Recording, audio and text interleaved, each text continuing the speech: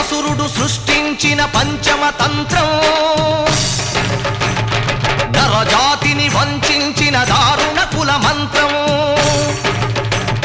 నరకబడిన శంభూకుని శిరం సాక్షిగా, తెగిపడిన ఏకలవ్య బొటన వేలు సాక్షిగా,